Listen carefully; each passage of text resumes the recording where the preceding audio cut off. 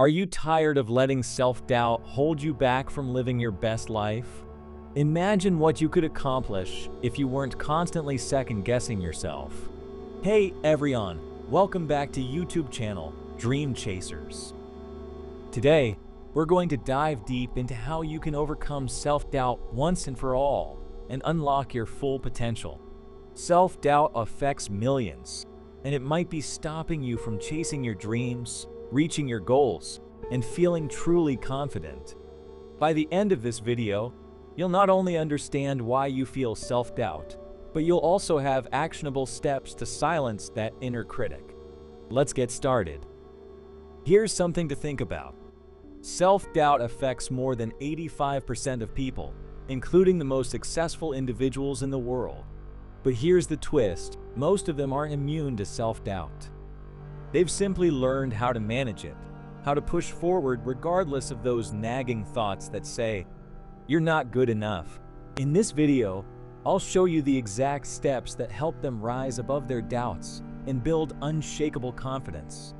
So, what exactly is self-doubt?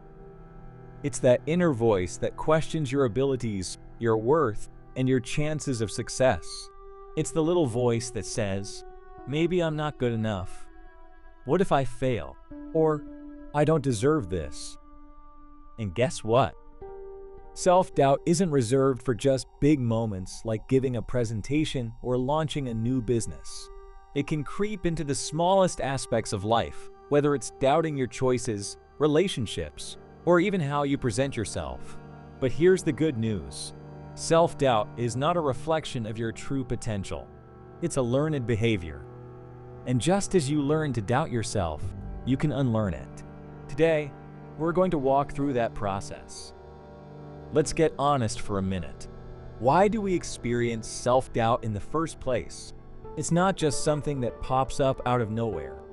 Self-doubt usually comes from past experiences, societal pressures, or being surrounded by negative voices that made us question ourselves.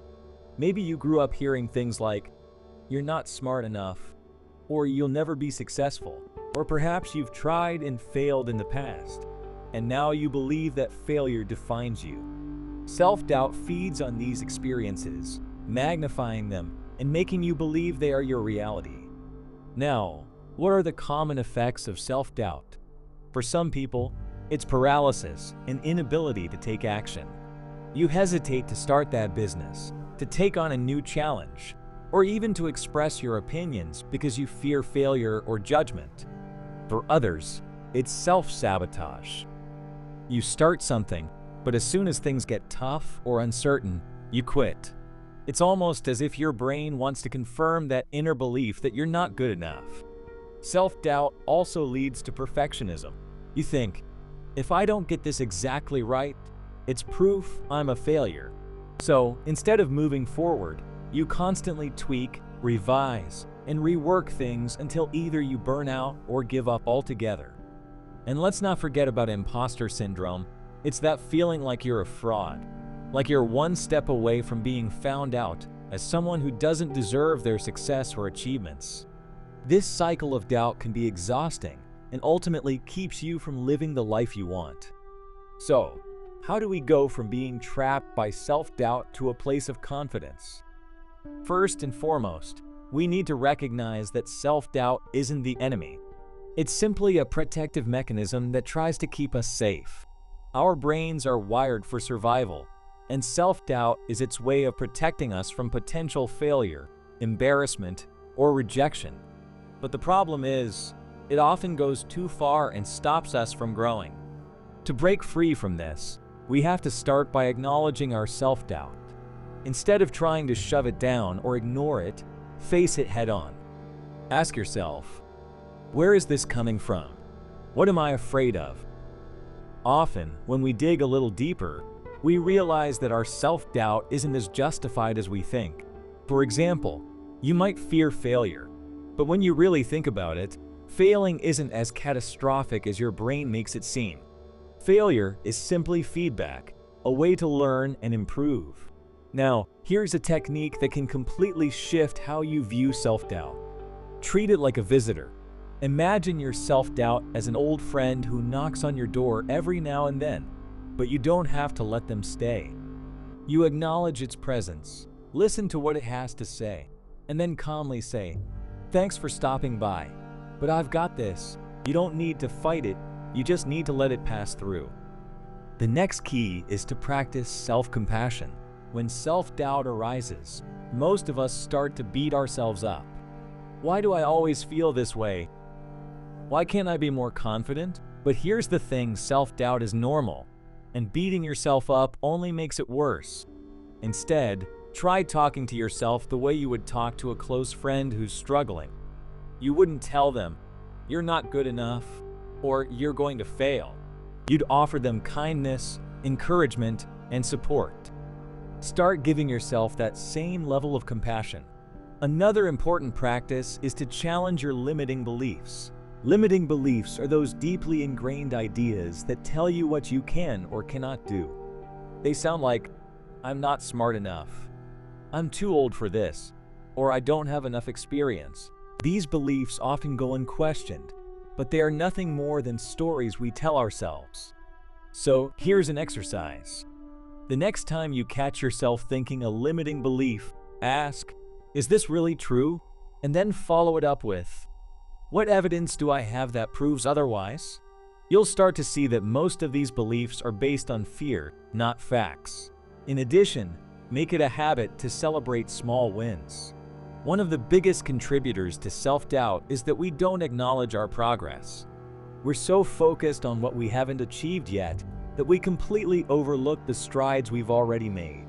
Every step forward, no matter how small, deserves recognition. When you take time to celebrate your efforts, you're reinforcing the belief that you are capable and that you can move past your doubts. Now let's talk about a transformative insight that has helped countless people overcome self-doubt: the power of action. Self-doubt thrives in inaction. When we hesitate, overthink, or procrastinate, self-doubt gets stronger. But the moment we take action, even small, imperfect action, we weaken its grip. Here's a simple truth: you don't have to wait until you feel confident to take action. In fact, action often comes before confidence. Let me explain. When you start doing the thing you're afraid of, whether it's speaking up in a meeting, launching that project, or making a big life decision, you're signaling to your brain, "I can handle this." Over time, your brain starts to believe it. Confidence is a byproduct of doing. One of the best ways to get started is to lower the stakes. Often, we feel paralyzed by self-doubt because we're putting too much pressure on ourselves to get things perfect right from the start. But what if you gave yourself permission to do it imperfectly? What if, instead of saying, "I have to nail this," you said, "I'm going to do my best and learn along the way"? This shift in mindset allows you to take action without the weight of perfectionism dragging you down. Another powerful tool is the concept of tiny habits. Developed by behavior scientist B.J. Fogg, tiny habits are about starting small, ridiculously small.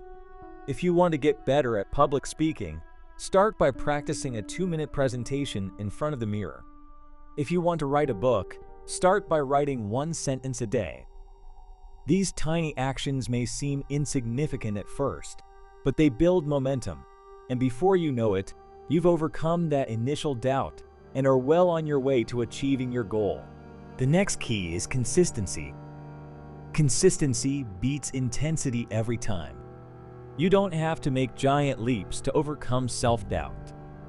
Small, consistent steps will take you further than sporadic bursts of effort.